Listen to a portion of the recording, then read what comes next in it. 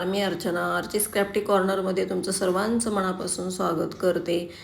तर आज 1 जानेवारी सकाळी लवकर उठले, आंघोळ वगैरे केली, घरातल्या देवांची पूजा वगैरे केली आणि नवीन वर्षाचं खीरपुरीचा नैवेद्य स्वामींना, पूर्ण देवतांना, घरातल्यांना नैवेद्य दाखवलं.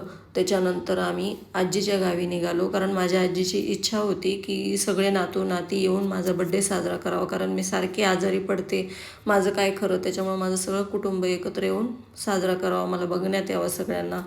त्यामुळे आम्ही असं आजीचा आणि माझी मावस बहीण, तिची मुलगी तन्वी, तिचाही बड्डे त्याच दिवशी असतो, तर मग आम्ही एकाच दिवशी सेलिब्रेशन केलं आणि खूप छान पद्धतीने बड्डे साजरा केला. त्याच्यानंतर आजीची इच्छा होती की तू देवपूजा खूप छान करते, तर माझ्या देवरातली देवांची पण पूजा तूच कर. तर योगायोग तेही माझ्याकडनं तिथं सेवा घडली आजीच्या देवतांची. तर अशा पद्धतीत मी देवपूजा वगैरे केली आजीच्या इथे. तर तिथंही माझी मावशी, आजी, मावस भाऊ कौतुक करू लागले, खरंच छान पूजा मांडली, म्हणजे छान वाटते. तर त्याच्यानंतर परत माझी आत्याही तिथंच राहायला असते. तर योगायोग तिथंही म्हणजे ते नवस होतं माझ्या आजीचं की माझ्या मावस भावाला मुलगा होऊ दे म्हणून. तर तोही कार्यक्रम होता तिथं 2 तारखेला. 1 तारखेला आजीचा बड्डे झाला, दुसऱ्या दिवशी 2 तारखेला तो कार्यक्रम होता. तर मग आजीने अशी देवीला ओटी भरली साडीची. तर मग तिथंही योगायोग माझ्या आत्या करत असते देवाची पूजा वगैरे तिथं रोज सकाळी, साडी वगैरे ते नेसून. तर योगायोग माझ्या हाताने तेही सेवा होऊन गेली तुळजापूरच्या देवीची. तर अशी साडी वगैरे नेसवली मी, तर माझ्या आत्या पण तिथं कौतुक करू लागली, म्हणे किती छान साडी नेसवली, म्हणे छान वाटायलं असं तसं. आणि तरी आत्याचं चालू होतं की म्हणजे येईल का नाही, मी बंद देऊ का तुला बांधायला तिथं. म्हटलं नको आत्या, मी गाठ मारली म्हणलं साडीला आणि छान व्यवस्थित घातली साडी. तर मग अशा पद्धतीत मग देवीला साडी वगैरे छान नेसवली. साडी पण खूप सुंदर दिसू लागली, हिरव्या कलरची. तर फक्त त्याला काठ पाहिजे नव्हते, पण काठाची नव्हती ती साडी, वर्कची होती. तर आणि गळ्यात दागिने वगैरे घालायचं म्हटलं ना, तर तिथं असं काही नव्हतंच. म्हटलं आता कसंच घालणार दागिने, ते विचारताच पडले. पण मग मी काय केलं, टाचणीला ते ज्वेलरी अटकून असं साडीच्या पदराला हे करून असे ते मंगळसूत्र वगैरे असे दागिने घातले. आणि मग तेवढ्यात माझा मावस भाऊ आला, त्यांनी हारं फुलं घेऊन आला. मग देवीला हारं फुलं पण अर्पण केले असे आणि छान पद्धतीत असं मस्त पूजा केली, हात जोडून नमस्कार केला. आणि बघा देवी किती सुंदर दिसते साडीमध्ये. अशा पद्धतीत मी साडी घातली होती देवीला.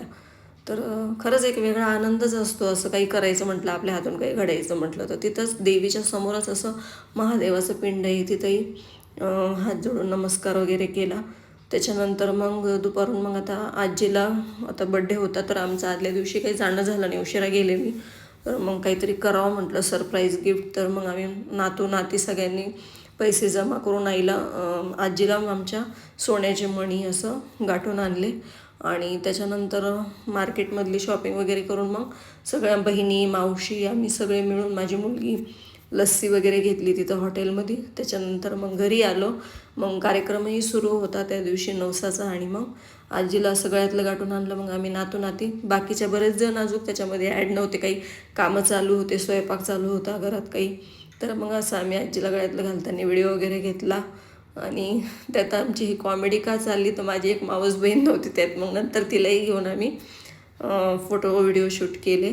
त्याच्यानंतर मग आजीला म्हटले की तू नाही का आमचं नातूचं, नातीचं, लेकींचं काहीतरी कौतुक कर, की तुझ्या नातू नातीने तुझं काही नाव कमवलं की नाही. तर मग माझ्या आजीने खूप छान आमचं कौतुक केलं सगळ्यांचं. सगळं परिवार माझं छान आहे, कोणीच मला असं बोट दाखवा असं वागलेलं नाही म्हणे, सगळं कुटुंब माझं खरंच छान आहे, मी जिंकले म्हणे, असं म्हणू लागले आजी. आणि असं आमचं सगळं कुटुंब एकत्र आल्यावर खूप एन्जॉय झाला. आणि तिथून येऊशीच वाटत नव्हतं, संध्याकाळ झाली की मी निघाले तिथून. मग 2 दिवस कसे निघाले काही कळलंच नाही. कसा वाटला व्हिडिओ नक्की सांगा. पुन्हा भेटूया पुढच्या व्हिडिओमध्ये. तोपर्यंत बाय बाय.